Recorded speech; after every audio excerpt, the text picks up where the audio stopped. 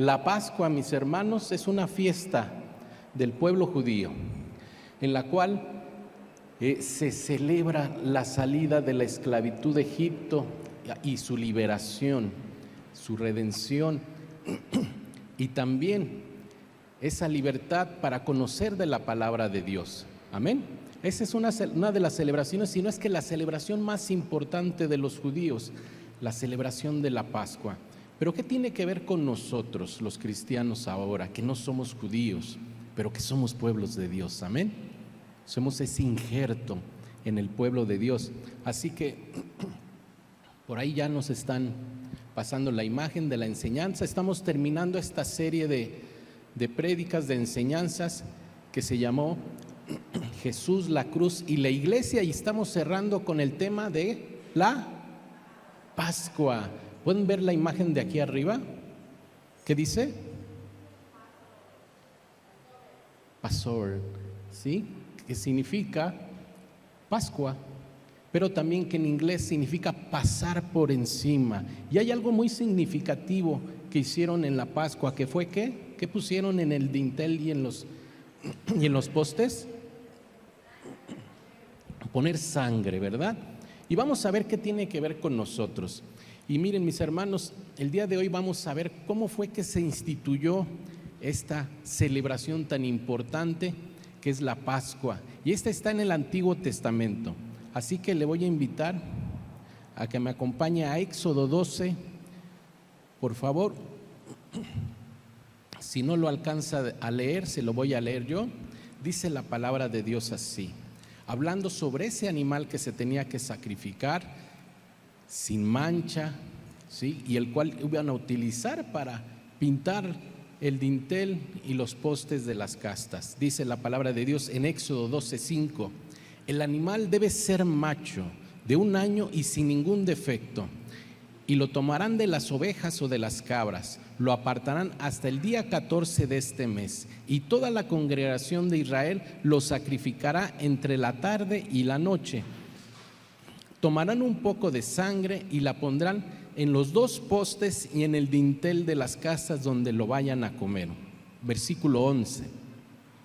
Debe comer el cordero vestidos y calzados y con el bordón en la mano, comerlo deprisa. Se trata de la Pascua del Señor. ¿Por qué lo tenían que comer deprisa? Porque inmediatamente iban a ser liberados. Entonces tenían que estar ya listos, ataviados, listos para salir de la tierra de Egipto. Les invito a que nos pongamos de pie, vamos a orar, vamos a pedirle al Señor nuestro Dios que nos guíe, que nos dirija en esta enseñanza que vamos a tener el día de hoy. Cierre sus ojos ahí en su lugar. Bendito seas, amado Padre. Aquí estamos, aquí está tu iglesia, la iglesia Plenitud. Venimos a adorar tu nombre, a exaltarte. Venimos a rendir adoración con un corazón sincero. Bendice esta palabra con tu presencia, mi Dios, con tu guía y con tu dirección, que podamos entender el significado de la celebración de la Pascua y que lleguemos a un mayor entendimiento de lo que significa esta celebración, junto con ahora lo que es la celebración de la Cena del Señor, la cual, mi Dios, fue constituida en el aposento alto por nuestro Señor Jesucristo. Gracias, gracias por tu presencia, porque tú estás aquí. Te alabamos y te bendecimos en el nombre de Cristo Jesús. Amén. Amén. De un fuerte aplauso a nuestro Dios. Tome su lugar. Les decía que pues ya con lo que nos enseñaron los pequeñitos ya nos podemos ir, ¿verdad? Pero no, vamos a tener un pequeño chapuzón, una inmersión en lo que es la palabra de Dios.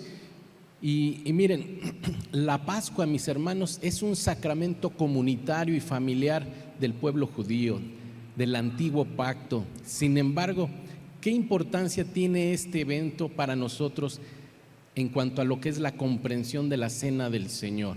Vamos a verlo en esta mañana, vamos a reflexionar sobre este tema y veamos que el origen y el significado de la Pascua viene desde el Antiguo Testamento, como lo acabamos de leer, y para entender el contexto y el significado también de la Cena del Señor, en lo que era la vida, la adoración de la comunidad cristiana primitiva. Y la celebración de la Cena del Señor, mis hermanos, que fue realizada por los primeros cristianos en la historia de la iglesia. Y a lo largo de la iglesia, la celebración llamada Santa Cena del Señor, Santa Comunión, fue conocida por diferentes nombres. Mire, uno de ellos, del cual se conocía esta primera Cena del Señor, fue conocida como Fiesta de Ágape o Fiesta del Amor, porque era compartir el amor de los unos con los otros en esta cena. Y en esta cena que se convirtió en un sacramento, diga conmigo, sacramento. Otra vez, sacramento. Miren, sacramento viene del latín sacrare, que significa santificar, que significa consagrar, o sea, es dedicar, apartar algo para Dios. Entonces, mis hermanos, el sacramento de la iglesia cristiana es un acto, como lo leí en una definición, es un acto o un ritual ordenado por Dios para introducir a las personas a la vida cristiana para mostrar evidencia de su fe, su compromiso, su amor y su unidad a través y por medio de Cristo. Amén. Eso es lo que es un sacramento para nosotros como cristianos. Ahora, para los cristianos tenemos dos sacramentos importantes. ¿Cuáles son? ¿Sí se acuerda? El bautismo y la Santa Cena, ¿verdad? La Cena del Señor. Entonces, el sacramento, mis hermanos, para la iglesia primitiva se llamaba y se sigue llamando hoy Cena del Señor, porque hace referencia a esa cena que tuvo nuestro Señor Jesucristo con sus apóstoles en el aposento alto, tiempo antes de lo que era su aprehensión, su entrega, su crucifixión. Así que, hermanos, de modo que estos aspectos de la celebración de la Cena del Señor históricamente ha sido la reunión del pueblo de Dios para expresar gratitud a Dios por todas las bondades que ha recibido a través de nuestro Señor Jesús. Y aunque Cristo, mis hermanos, instituyó la Cena del Señor ya en la parte final de su ministerio, no necesariamente significa que inició en ese momento. Tiene sus raíces en el Antiguo Testamento. Amén. Ahora, recordarán que cuando Jesús instituyó la Cena del Señor en el aposento alto, dijo algo muy hermoso a sus discípulos. Le pido que me acompañen a Lucas 22:14. Dice la palabra de Dios. Dice, cuando llegó la hora, Jesús se sentó a la mesa y los apóstoles se sentaron con él. Entonces les dijo, ¿cómo he deseado comer con ustedes esta Pascua antes de que padezca? Seguramente ya había participado en otras Pascuas con sus discípulos, pero era la última Pascua que iba a celebrar con sus discípulos, porque inmediatamente después iba a ser entregado. Entonces estaba celebrando esta celebración judía con sus apóstoles, con sus discípulos, previo a lo que era su entrega. Y con eso él estaba participando de esta famosa celebración judía. Ahora, el apóstol Pablo también hace un llamado a los corintios para decirles cómo celebrar, cómo participar en la Santa Cena del Señor como comunidad cristiana, como hermanos, y a través también de esta enseñanza en el libro de Corintios les enseña otros asuntos que deberían de aprender este pueblo. Y miren, Pablo hace referencia de una declaración muy importante, que Cristo es nuestra Pascua y que Él ha sido sacrificado como cordero sin mancha por ti y por mí.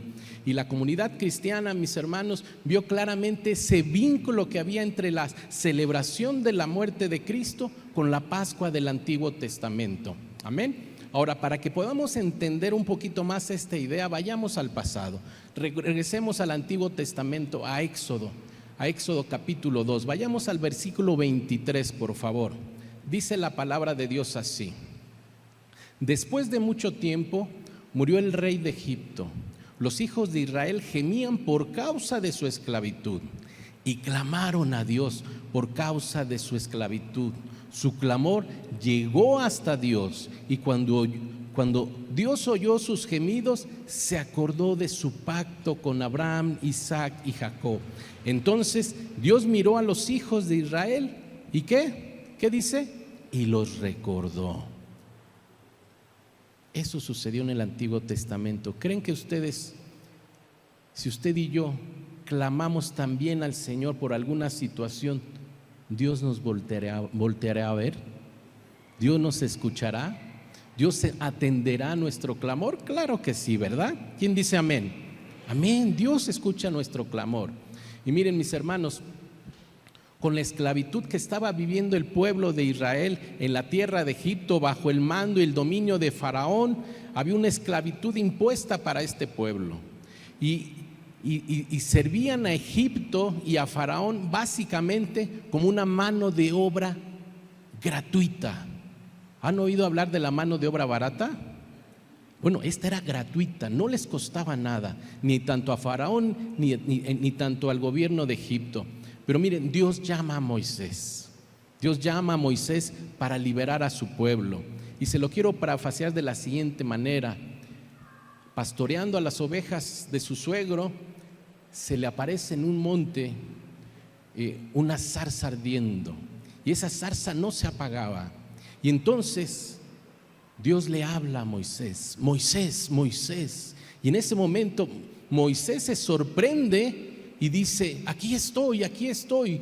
Y Dios le dice, hey, ten cuidado, porque quita tu calzado, porque la tierra que estás pisando es tierra santa. Y le dice, yo soy el Dios de tus padres, soy el Dios de Abraham, soy el Dios de Isaac, soy el Dios de Jacob. E inmediatamente, ¿qué hizo Moisés? Seguramente se tapó la cara porque estaba entendiendo que le estaba hablando el Dios de sus padres, ¿sí? Es un encuentro que tiene con el Señor Moisés. Y vayamos a lo que pasó después. Éxodo 3:7 dice así: luego el Señor dijo, he visto muy bien la aflicción de mi pueblo que está en Egipto. He oído su clamor por causa de sus explotadores. He sabido de sus angustias y he descendido para librarlos de las manos de los egipcios y sacarlos de esta tierra a una tierra buena y amplia, una tierra que fluye leche y miel.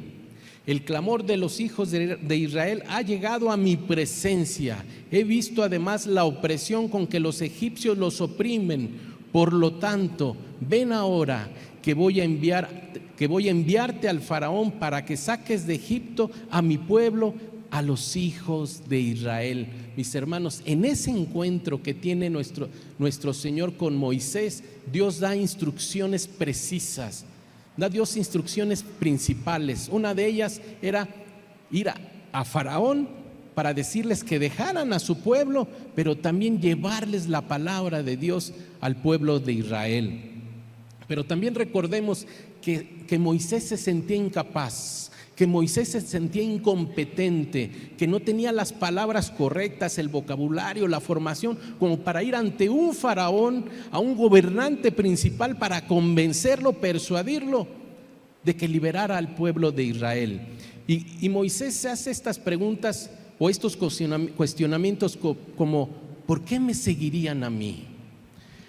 ¿Por qué deberían de creerme? Y viendo Dios esos cuestionamientos y esos temores en Moisés, dice lo siguiente en Éxodo 3:12, dice así: y Dios le respondió, ve pues, yo estaré contigo, y esto te servirá de señal de que yo te he enviado. Cuando tú hayas sacado de Egipto al pueblo, ustedes servirán a Dios sobre este monte. Moisés le dijo a Dios, pero resulta que si voy y les digo a los hijos de Israel, el Dios de tus padres me ha enviado a ustedes, ¿qué voy a responderle si me preguntan cuál es su nombre? Versículo 14, Dios le respondió a Moisés, ¿cómo? Yo soy el que soy. Y añadió, a los hijos de Israel tú les dirás, yo soy, me ha enviado a ustedes. También le dijo a Moisés, a los hijos de Israel les dirás, el Señor me ha enviado a ustedes. Él es el Dios de sus padres, el Dios de Abraham, el Dios de Isaac, el Dios de Jacob. Ese es mi nombre eterno Con este nombre se me recordará todos los siglos. Mis hermanos, después sabemos que Moisés atendió estas instrucciones de ir primero con Faraón para rescatar al pueblo de Israel y también ir con su pueblo. Y sabemos también, mis hermanos, que lo que sucedió a partir de ahí fue una guerra y una contienda de voluntades. Fue una guerra, una contienda de poder entre el poder de los magos del faraón y el poder que Dios le había depositado a Moisés para liberar a su pueblo. Se estaba dando esta lucha de poderes. Todos lo vemos en este libro de Éxodo. Pero llegó un momento donde el poder de estos magos, de estos brujos, ¿qué pasó, hermanos? Se terminaron. Dejaron de poder manifestar poder estos magos y se empezó a dar lo que fueron las manifestaciones más poderosas de la mano de Dios para sacar al pueblo de Israel, que fueron ¿qué? Las plagas, las famosas 10 plagas, ¿verdad?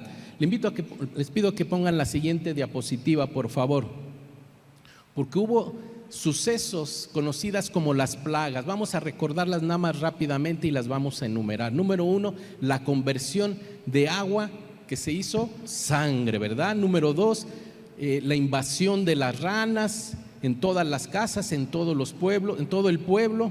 Número 3, los piojos en todo el país, tanto en hombres, mujeres, niños, animales. Número 4, las moscas, de todo tipo de mosca, hermanos, fueron atacados los egipcios. Número 5, la peste en el ganado se empezó a enfermar. Número 6, las úlceras, la urticaria que empezaron a tener los pobladores. Número 7, la lluvia de granizo que maltrató todos los cultivos, y para los cultivos que todavía quedaran vivos vino la siguiente plaga, que fueron las langostas. Y número 9, hubo 3 noches de completa oscuridad y tinieblas. Y mis hermanos, estos fueron los primeros 9 momentos donde se empezó a escalar esta lucha de poder y esta manifestación de poder de Dios hacia el pueblo de Egipto. Y cada vez que pasaba una plaga o una situación de estas, ¿qué sucedía? El faraón, ¿qué decía? Está bien, Moisés, llévate a tu pueblo, vete. Pero ¿qué sucedía? Dios endurecía el corazón de Faraón, ¿sí? Y venía otra plaga y les volvía a decir Faraón a Moisés y a Aarón: ok, váyanse, llévense a su pueblo. Y nuevamente Dios endurecía el corazón de Faraón y no los dejaba ir. Y así fue escalando poco a poco hasta hacer todas estas plagas. Pero mis hermanos, ustedes se preguntarán, si Dios quiere liberar al pueblo de Israel, ¿por qué seguía endureciendo Dios el corazón de Faraón y no permitía que saliera?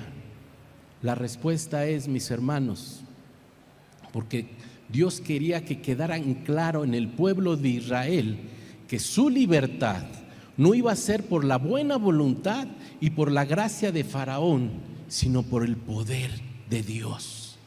Amén. Por eso es que Dios endurecía el corazón de Faraón. ¿Y qué crees? Dios también endurece el corazón de muchas personas. Usted ha orado por personas, le ha predicado a personas y cada vez pareciera que Dios endurece más su corazón. ¿Sí les ha tocado? Dios permite que ciertas personas se endurezcan su corazón porque detrás hay un propósito. ¿Sí está conmigo? Hay un propósito divino. Y miren, por fin llegamos al último momento de este drama, de esta lucha de poderes, de esta lucha de voluntades. Llega la 10ª plaga. ¿Cuál fue? La muerte de los primogénitos. ¿Me ayudan por favor con la siguiente? Éxodo 11:1. Dice así la palabra de Dios: el Señor le dijo a Moisés: todavía voy a traer una plaga sobre el faraón y sobre Egipto. Después de esto, él los dejará ir de aquí. Y esa expulsión será definitiva. Ve ahora y habla con el pueblo para que todos, hombres y mujeres, les pidan a sus vecinos y vecinas alhajas de oro y plata. No está diciendo que les iban a comprar, ¿verdad? Sino que les iban a ¿qué? A pedir. Y miren lo que va a suceder. Y el Señor hizo que los egipcios vieran al pueblo con buenos ojos. Eso es gracia de Dios. Moisés también era tenido en alta estima en la tierra de Egipto, tanto a los ojos de los siervos del faraón como a los ojos del pueblo. Así que Moisés dijo: así ha dicho el Señor, a la medianoche pasaré a través de todo Egipto y todos los primogénitos egipcios morirán, desde el primogénito del faraón que se sienta en su trono hasta el primogénito de la sierva que trabaja en el molino, y también todas las primeras crías de los animales. Habrá en todo Egipto un gran clamor, como lo hubo antes, ni jamás lo habrá.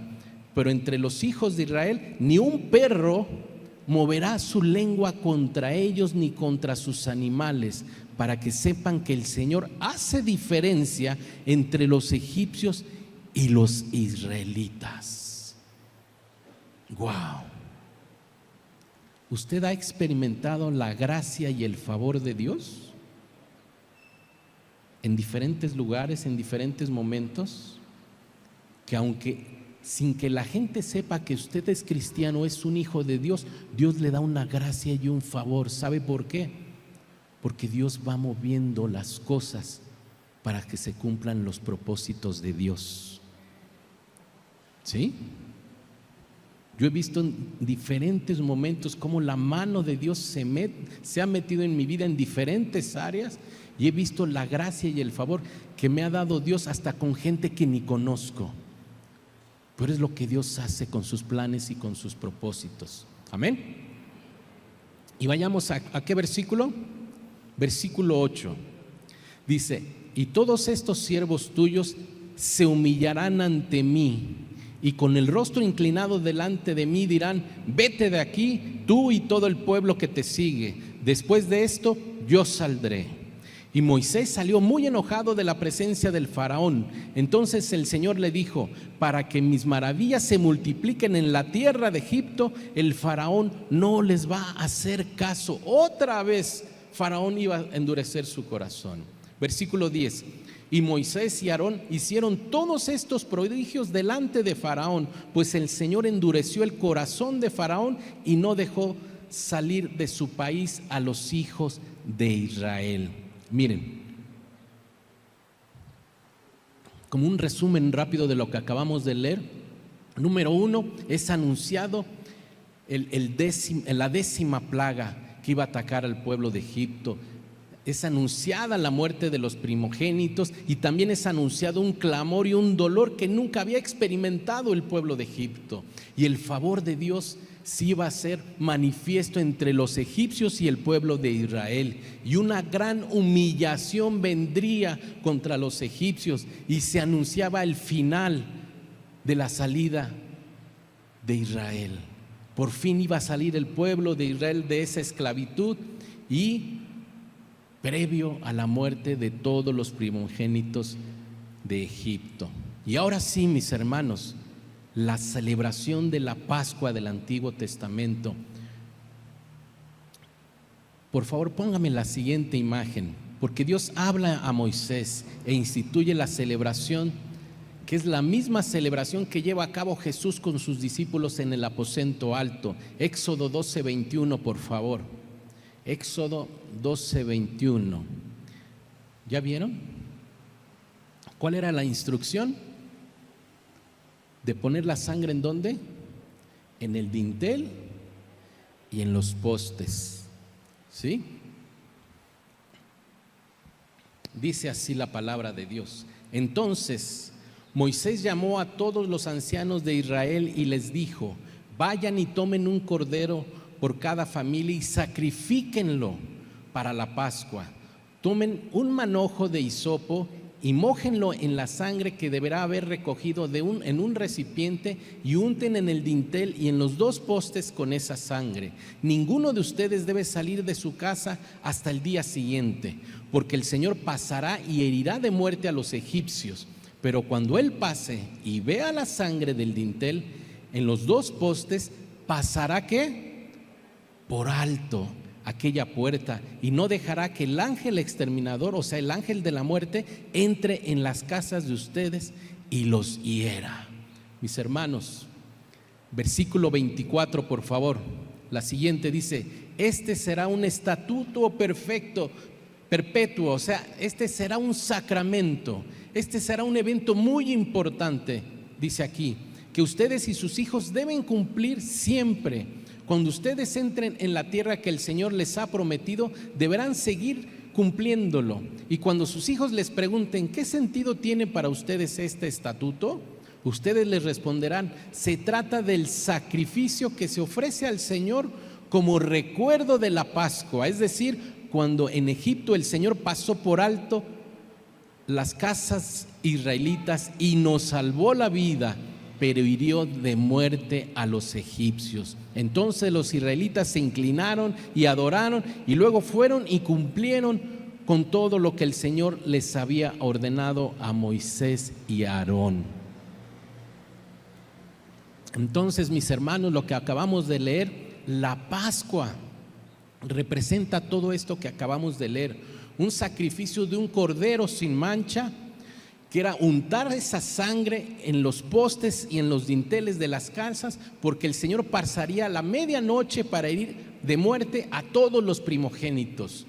Y cuando pasaba y viera esa sangre, pasaría por alto de sus casas y de sus familias, y no permitiría que el ángel exterminador hiriera a esas personas.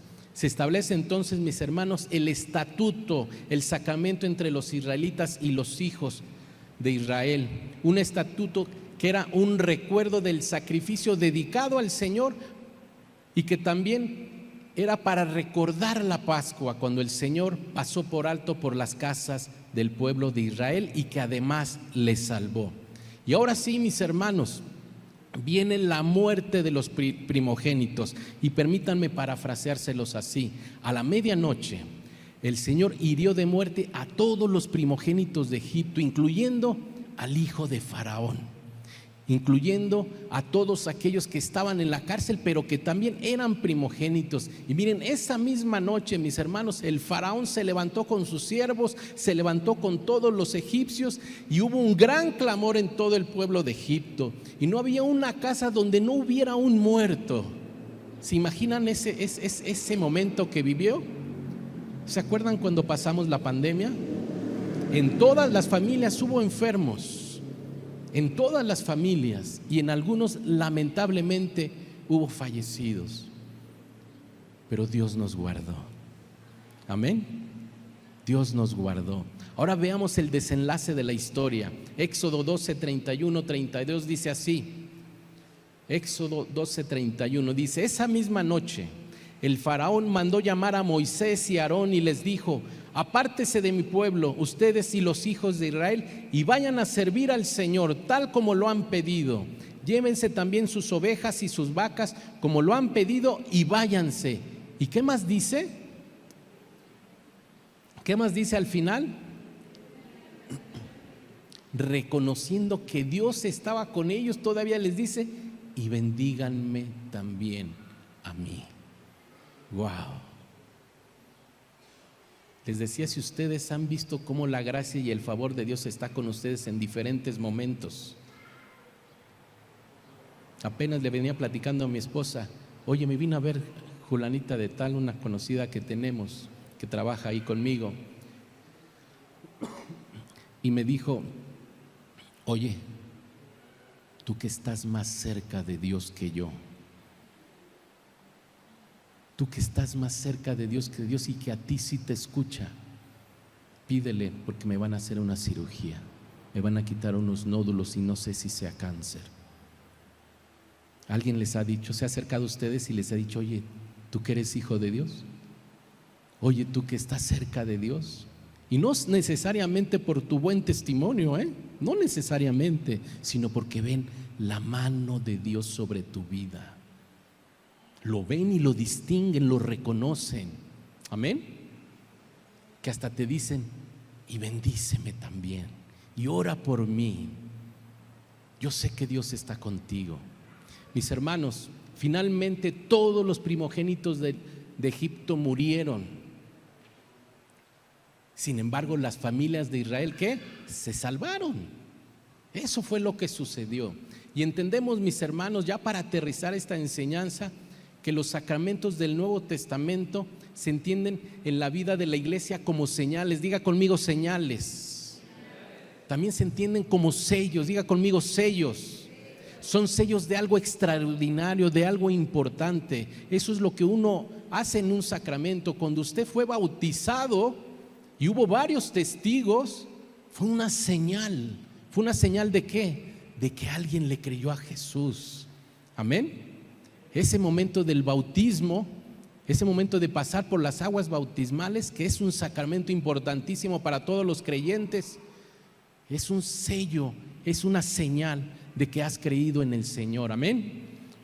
Y además, mis hermanos, el sacramento, aparte de ser una señal dramática, también es una señal como un indicador que apunta más allá de sí mismo, o sea, a la verdadera redención, que es crucial para la vida del pueblo de Dios. Y por eso, mis hermanos, cuando Dios instituye la Pascua en el Antiguo Testamento, dijo: tomen a este animal, el cordero que no tiene mancha, y mátenlo. De modo que el carácter, mis hermanos, de la señal de este ritual era realmente una señal de liberación, era también una señal de redención, que significaba que escaparían de la ira de Dios. Por eso le pregunto en esta mañana, y de manera muy sencilla y rápida, ¿qué es la salvación?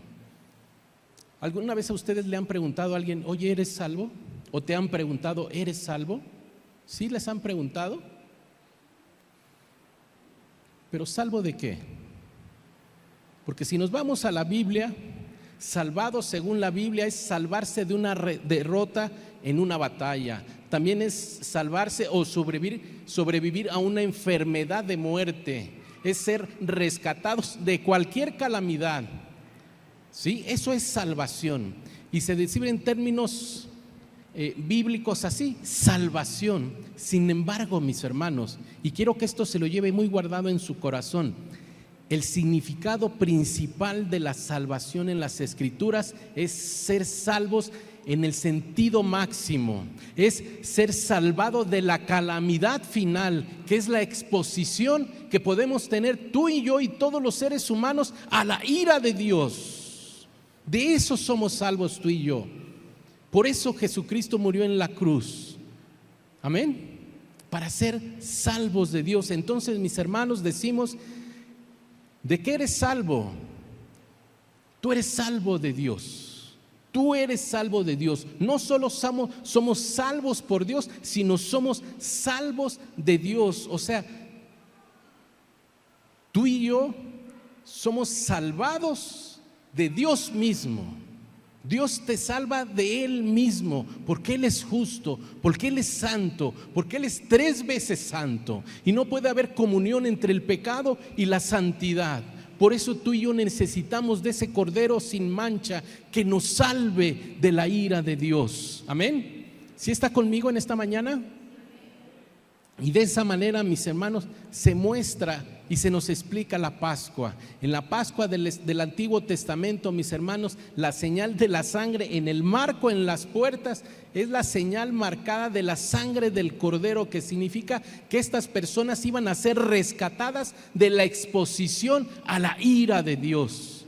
Entonces, mis hermanos, en esa noche el ángel de la muerte, el ángel exterminador, vino y mató a todos los primogénitos de Egipto. Sin embargo, el pueblo de Dios se salvó. Y después de eso, Moisés los sacó de la esclavitud, los pasó por el Mar Rojo, los llevó a la tierra prometida, y desde ese momento se convirtieron en el pueblo de Dios bajo la ley de Moisés, y recibieron las enseñanzas en el monte de Sinaí, y salieron y adoraron en la montaña sagrada. Entonces, mis hermanos, llegamos ahora sí al Nuevo Testamento. Veamos cuando Jesús celebra la Pascua con su pueblo y con sus discípulos en esta celebración.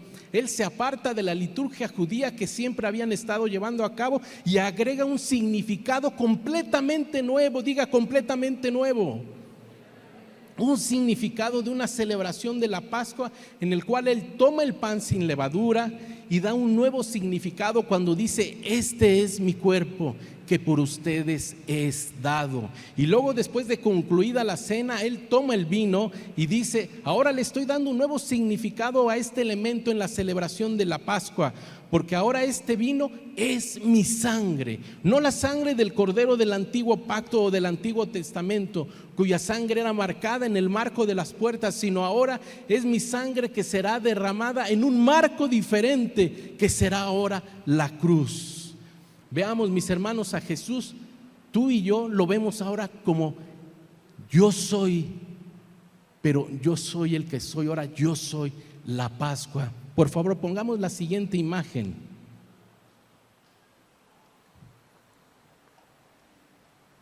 Nuestro Señor Jesucristo nos estaba enseñando que no era la sangre ahora del Cordero sin mancha del Antiguo Pacto, sino que ahora iba a ser su sangre. Y en lugar de ser derramada sobre 2 postes y un dintel, ahora iba a ser sobre un solo poste y un dintel, que es la cruz que tú y yo conocemos. Amén. Y ahora sí, mis hermanos, nuestro Señor Jesús está diciendo: yo soy el Cordero Pascual, yo soy el que será sacrificado por ti. Ahora esa es mi sangre que será enmarcada y ustedes serán libres y escaparán de la ira de Dios.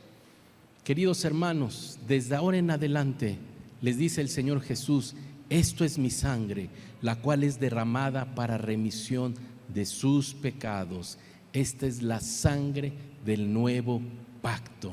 El nuevo pacto, mis hermanos, en el que se instituye esa misma noche, no es un nuevo pacto que está separado del significado de sucesos actuales, sino que ese nuevo pacto cumple con el antiguo pacto que se había celebrado con el pueblo judío. Así es que la cena del Señor, mis hermanos, es la continuidad con la Pascua y la cumple dándole una expresión más grande, más significativa. Jesús mismo se convirtió en el Cordero Pascual la noche que fue entregado y que fue traicionado, y se instituye una nueva celebración conocida ahora como ¿qué? Como Cena del Señor. Amén. ¿Todos están conmigo? Les invito a que cierren sus ojos. Invito a la banda, Leslie y los chicos, por favor. La celebración de la Pascua, mis hermanos,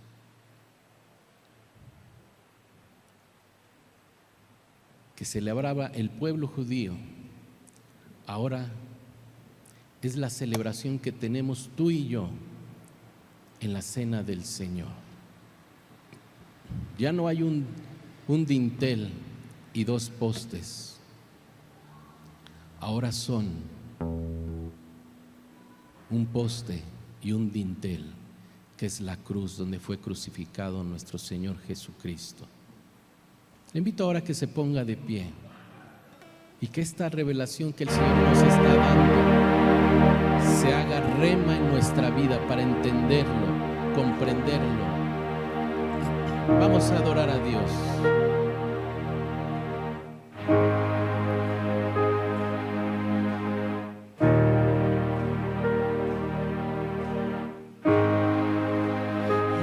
Eres el agua que sacia mi sed, eres la fuente de gracia y poder.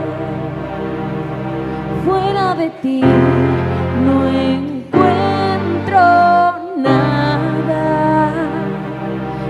Eres más que suficiente para mí, Jesús, más que suficiente para mí. En pos de ti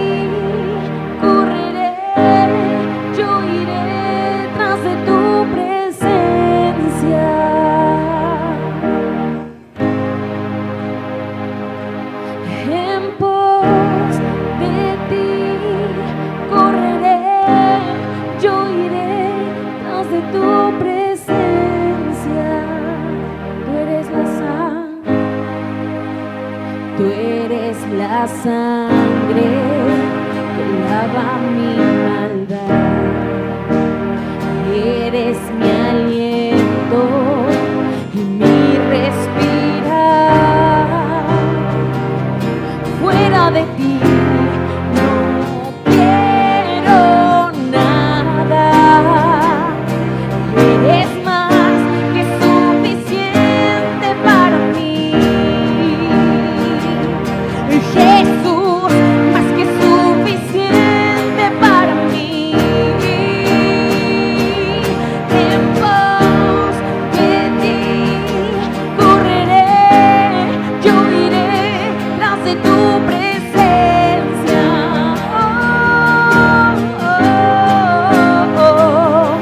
En pos de ti correré, yo iré tras de tu presencia.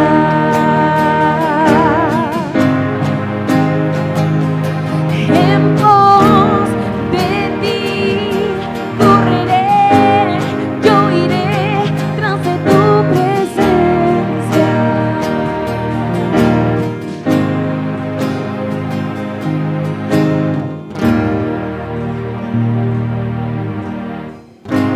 Dios nos está recordando que Él fue el Cordero Pascual que quita el pecado del hombre. Si hay un pecado en tu vida que no has confesado a Dios, si hay algo que en tu vida te está trayendo a memoria a Dios en esta mañana, para que se lo entregues a Dios y le pidas que te perdone, ponte a cuentas con Dios y dile: Señor Jesús, reconozco que he pecado, reconozco que he fallado, reconozco que he cometido errores en mi vida, perdóname. Acepto en esta mañana tu sacrificio en la cruz del Calvario para el perdón de mis pecados. Yo sé que tú eres ese Cordero sin mancha que me limpia de toda maldad y que me libera de la ira de Dios.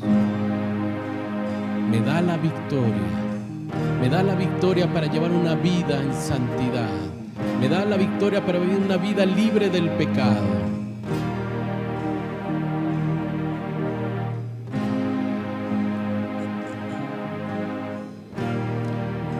Le pido que ahora me vea, por favor, así como está.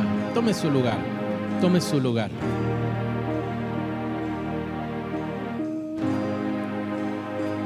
No sé si los pequeñitos lo explicaron mejor que yo. No sé. Pero creo que hagamos una pequeña evaluación, un pequeño examen para saber si lo entendimos. Imagínese lo siguiente. Se lo va a imaginar, ¿eh? Es un supuesto. Hay dos hombres judíos platicando entre sí después de haber pintado los dinteles de su casa y los postes.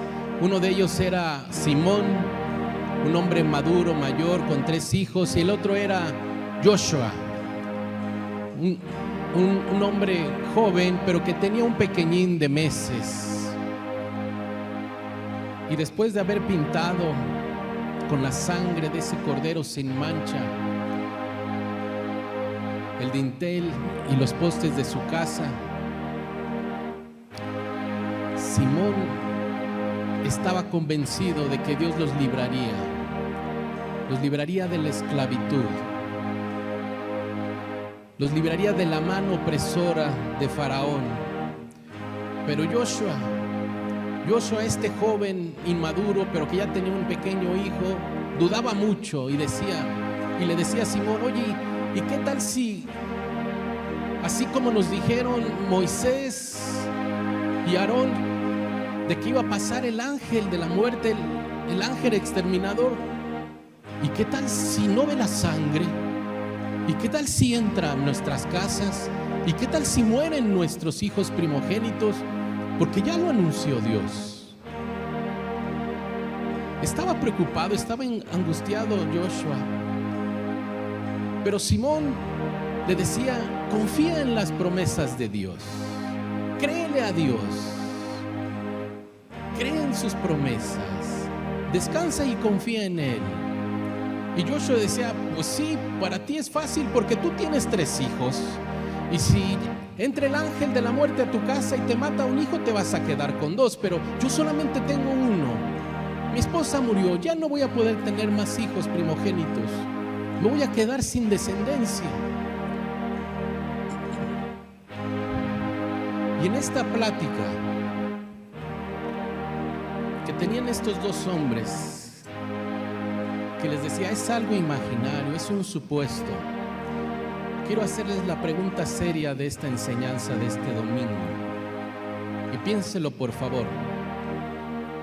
¿De quién se salvó el primogénito? ¿Del hijo de Simón o del hijo de Joshua? Piénselo. ¿De quién se salvó la familia? Del ángel exterminador. ¿Ya lo pensó?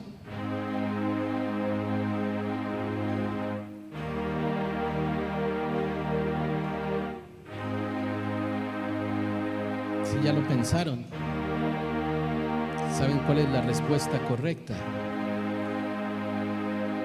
Del hijo de Joshua y también del hijo de Simón, de los 2. ¿Saben por qué? Porque no era porque tenían que confiar en que si iba a entrar o no iba a entrar el ángel de la muerte. Era únicamente y solamente que la sangre del Cordero sin mancha era suficiente y necesaria para que el ángel de la muerte pasara por encima.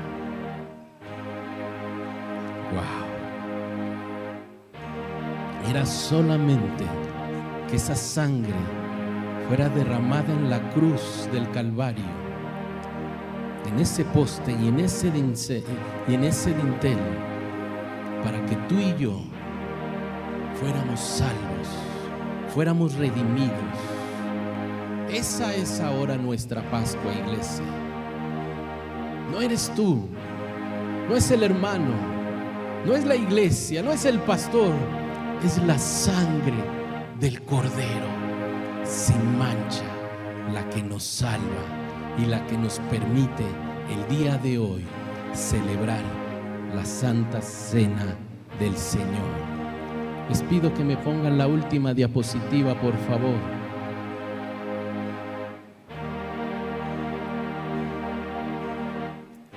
Solamente por su sangre han sucedido 5 cosas principales o importantes que te debes llevar a casa.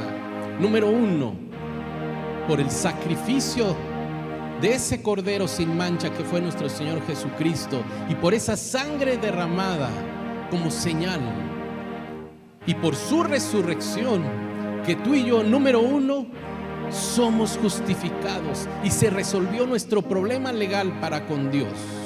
Número 2, porque esa sangre fue nuestra propiciación y solucionó el problema de la ira de Dios.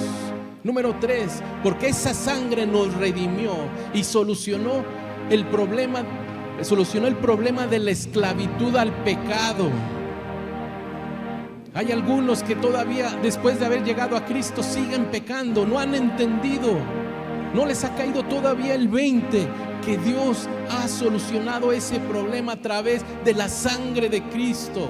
Número 4, esa sangre, mis hermanos, nos santificó. No porque eres bueno, no porque eres obediente, no porque vienes a la iglesia o te aprendes versículos, vienes al discipulado, etcétera, etcétera, sino porque fue por los méritos de Cristo y porque el Espíritu Santo nos hace ahora personas nuevas, hombres nuevos, mujeres nuevas.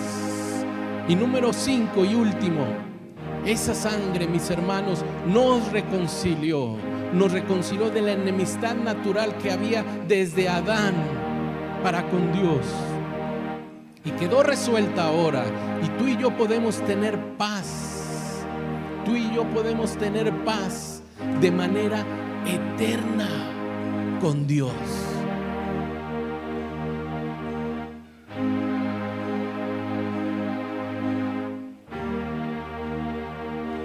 ¿Quién le da un fuerte aplauso a nuestro Dios por lo que ha hecho?